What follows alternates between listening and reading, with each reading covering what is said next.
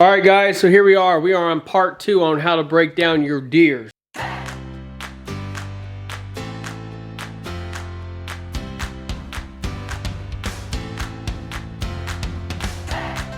Break out the big dogs. All right, guys, here are the ribs. So what you want to do on the ribs is the same thing. You want to get some of this fat off. The sinew, however you say it. It's called dog food. Yeah. Dog food, guys. Your dog's got to eat too, and they love it. I don't care what it's called. Dog food. It's better than Olroy, okay? That's for sure. It's better than Olroy. So just clean it up best you can. And a lot of people just use these for grind. I personally don't. I love deer ribs. They're amazing. And a lot of hunters underestimate meat. Like there's one time I found a deer out in the middle of the road with the back straps ripped out of it and the whole everything just wasted. I think that is a complete disgrace to the animal and to the hunter, because you should use all the animal. You should use everything that you can possibly use, because he or she deserves it, because they're a living creation, living creature that deserves us to use it wisely. I mean, we have been commissioned by God here to do the right thing with what we do in life. So I really stress this point, is to make sure you use all of what you have and harvest, because it's a very valuable thing. And there may be one day that you don't have it, and you'll wish that you did use it right. So keep that in mind. Now take off all the excess on the back.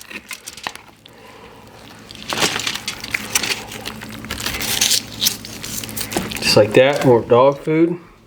And if you see meat in it, you know, save it. But ain't them pretty rack of ribs? Guys, they're great looking. So, cut off any of the funkadilly, you know, and the silver skin. See that? You can package these things up whole, or you can do like 3/4 of the weight. I think I'm just going to do like this much. You can get down to this bottom bone right here, and you might need a bigger knife, because you might need a bigger hatchet. So what I like to do is just cut them in sections like that. Just like that, guys. It's a cleaver. You need a cleaver. Now, I'm going to vacuum seal these just like this. These are fantastic.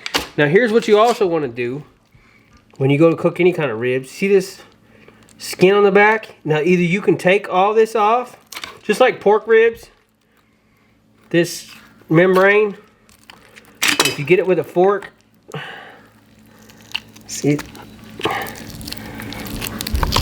you want to take this skin off, or you can score it. One or the other. Some guys just score it. You see that? Once you can actually get a hold of the dang thing, it'll just come off. But you got to get a hold of it. If you can't get this membrane off, and sometimes it's kind of a pain to get off on the back side, see it's coming, you can just score this. See?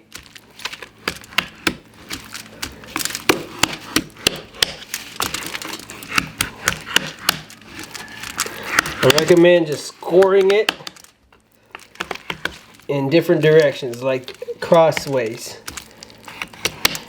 See, I'm just scoring that one way and then crossways. And then when it cooks, you won't even notice it's there. It'll just totally melt it down. So score it like that. You're golden. We'll wrap this rib up just like this.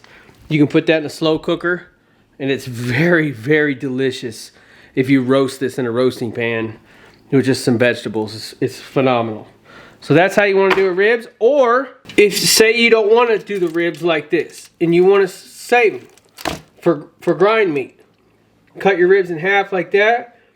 Follow your bone just like this, and poke a hole and follow that bone down, every single one of them, and go down and then go up. See this meat? Every single rib has this meat in between it, and hunters throw it away. It does not make sense. This is good food, y'all. Put this in the grind if that's what you're going to do, but do not throw these away. A lot of meat on here. You don't want to do that. So you see, you could go to the next one. See what I'm saying? Put your knife in one way, next way, put your knife on the next bone, go the next way, and then just cut that meat out. So you see my point. You cut out each individual section with your knife. Pull up, pull down, and get that strip out. So that's really what you need to do. Other than that, I sometimes do that, but most of the time I save my ribs because they're so delicious. Going into the freezer. This is how you do ribs. Package these up, or put them to grind. And now we're gonna move on to part 3, which is the back strap.